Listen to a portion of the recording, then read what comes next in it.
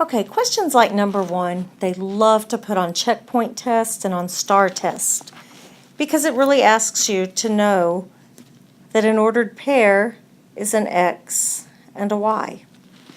So they're giving you a very simple equation, but you have to know that the x and the y, what they represent. So what they're really telling you is substitute in, instead of an x value, substitute in a 3. So we're going to have 2, instead of x, or times 3, plus y equals 2. So we have 6 plus y equals 2. We're solving for y. So we can go ahead and zero out our 6 on both sides, and y equals negative 4. So we can put that in, y equals negative 4. Now they've given it to you again, same equation, but this time they've given you the y value. So this time you're substituting in the y value. Let's move this over. Okay, so we got 2x plus y. We know that our y is 2, so we're going to substitute in a 2. So 2x plus 2 equals 2. So 2x plus 2 equals 2. We're solving for x. So we have to zero out the 2 on both sides. And we have 2x equals 0. We divide what's beside it, and we end up with x equals 0. Okay, number 2 is exactly the same way. So I want you to pause the video and just go ahead and do number 2 on your own. Okay, so check your work. Don't get worried that you've ended up with a negative fraction. We have fractions all the time in algebra. It's no big deal. Okay, now once you've checked your work, I'm going to go ahead and move the screen back over to number 3.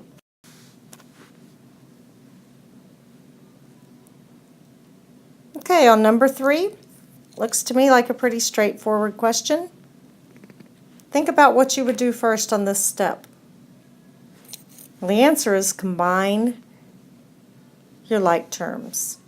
So that's the answer to number 3. Okay, number 4 is a pretty complicated question.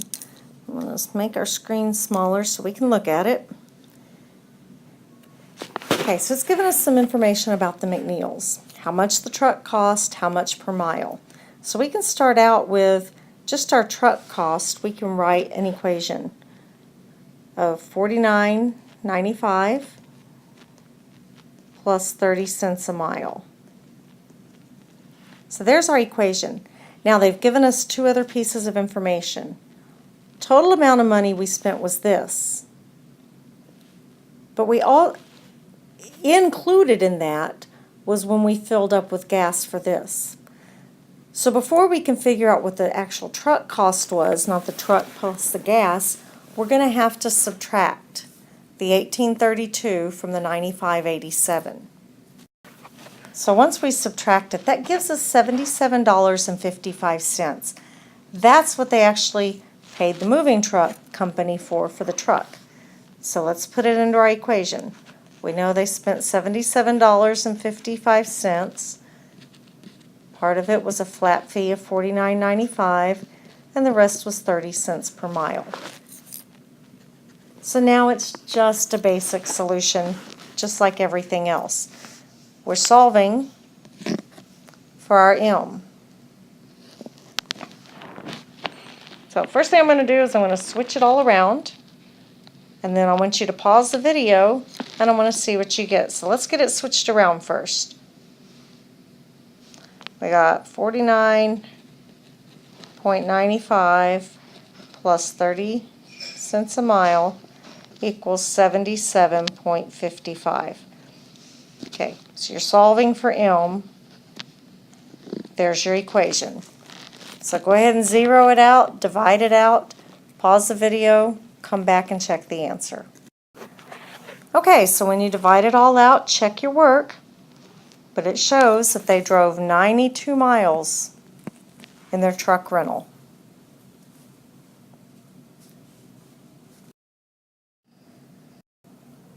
Okay, on number 5, we're going to have to set this up as a long addition equation. We're going to add all three measures that we've been given for the interior angles, and that's going to equal 180. So go ahead and pause the video and get it set up. So now we need to start combining our like terms. We have a positive 2x and a positive 4x. We also have a positive 16 and a positive 44. So 2x plus 4x is 6x, and 16 plus 44 is 60. And that whole thing equals 180. Okay, we know we're solving for x, so let's draw our line. We're solving for x, so we want to get this guy alone, so we're going to zero out our 60 on both sides. When I zero out my 60 on both sides, those cancel out. I have 6x equals 120. My next step is to divide. When it's beside, I have to divide, so I'm going to divide both sides by 6, and I get that x equals 2. Okay, on number 6, Jared's got a pretty complicated problem. But the reason it's complicated is because the whole thing is being divided by 3. And remember, we've got to simplify before we can start solving, so we need to get rid of that division. The opposite operation of divided by 3 is to multiply both sides by 3. Okay, we've done lots of problems like this. What I want you to do is go ahead and draw your perimeter, label it, and set it up. This is a big combining like terms. Pause the video, do it. When you come back, look at the answer and make sure you did it correctly. Take a look at it. If you didn't get this answer, look at the combinations and see if you can figure out where you went wrong.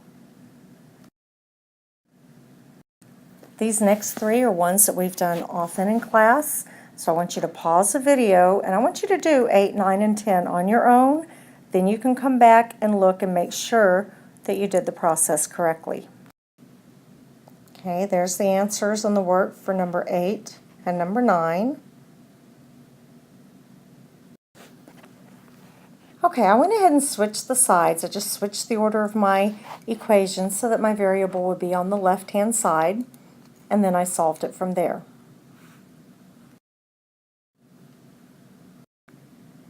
(11) and 12 are still very similar to what we've been doing in class, either for classwork or for warm-up. So I want you to pause the video and do them on your own.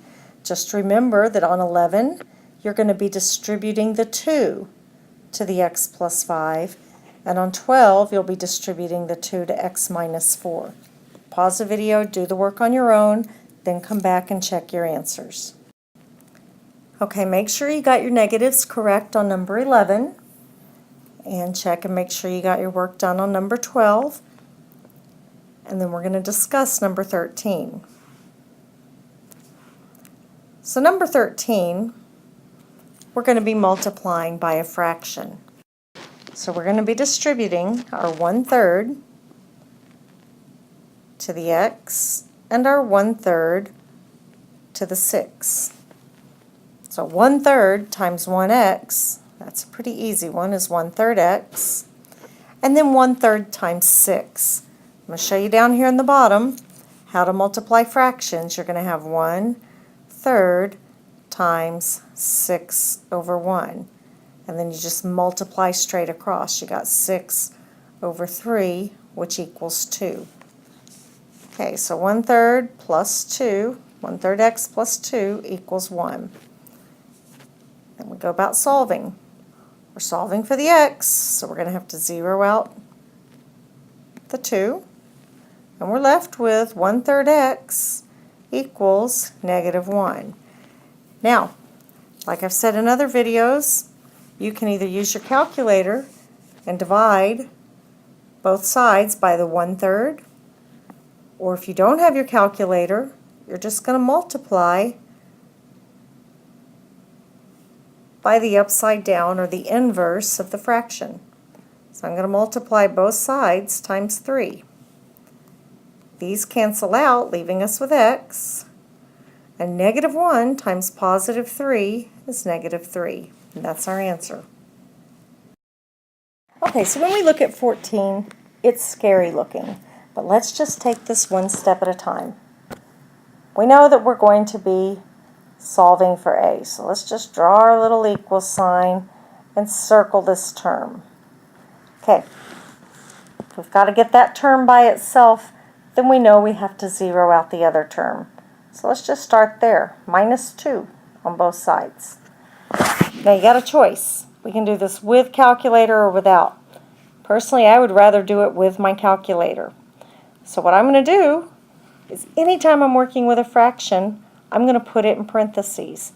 So in my calculator, I'm going to type, and I'm putting it down here at the bottom, I'm going to type parenthesis 3 divided by 5, close my parenthesis, minus 2, and press my enter. And that's going to give me negative 1.4. So we now have that a over negative 4 equals negative 1.4. Okay, so now we're down to, we just have one term. Normally, our statement is if it's beside, we divide. Well, what's beside that a? What's beside that a is really a 1a over 4, or 1/4 a. So we could divide both sides, let's make those negative, we could divide both sides by negative 1/4. I like to use the calculator to do this sort of thing, so I'm going to divide both sides by negative 1/4. And the reason I'm dividing by negative 1/4 is because what is beside a is negative 1/4. So when I do negative 1/4 divided by negative 1/4, a number divided by a number always cancels out.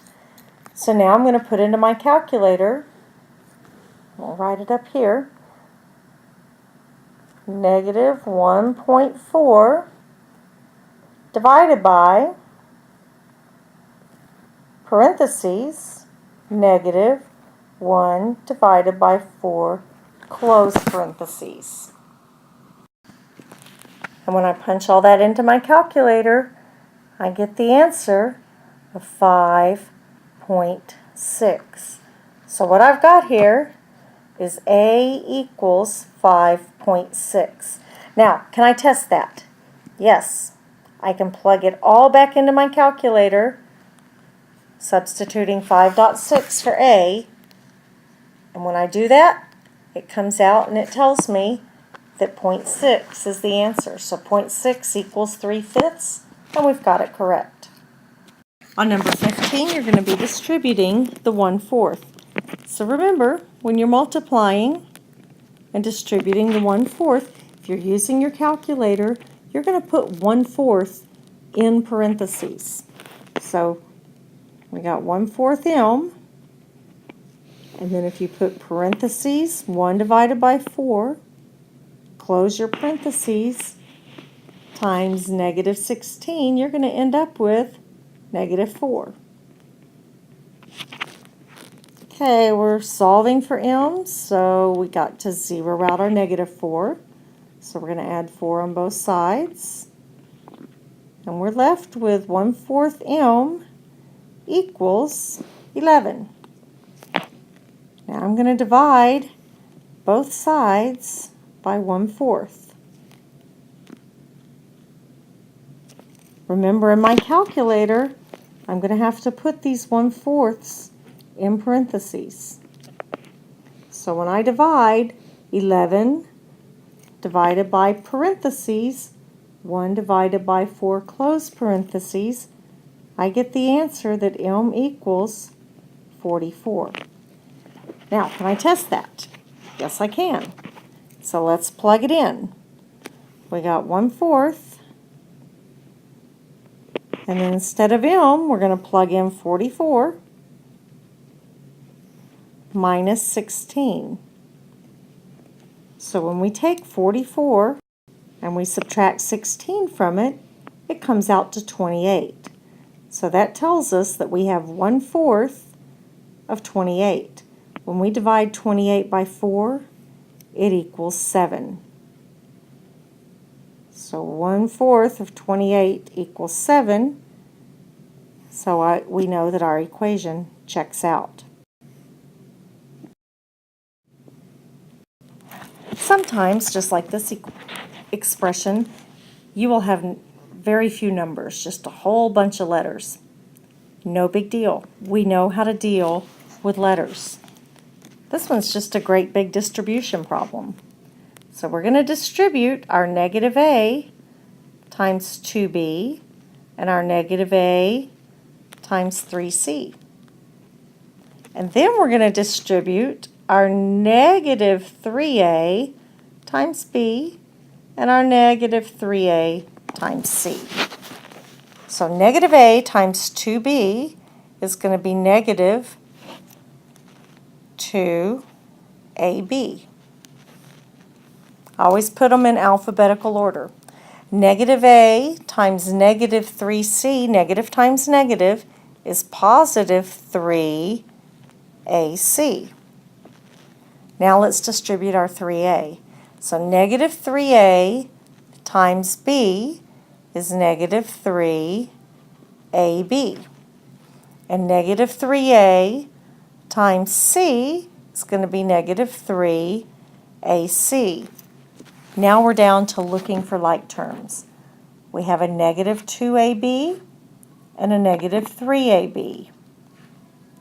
We have a positive 3ac and a negative 3ac.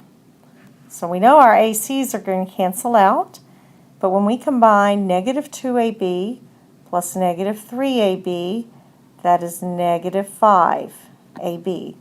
Because we have the same negative signs, so we add it and keep the negative sign. So our answer is B.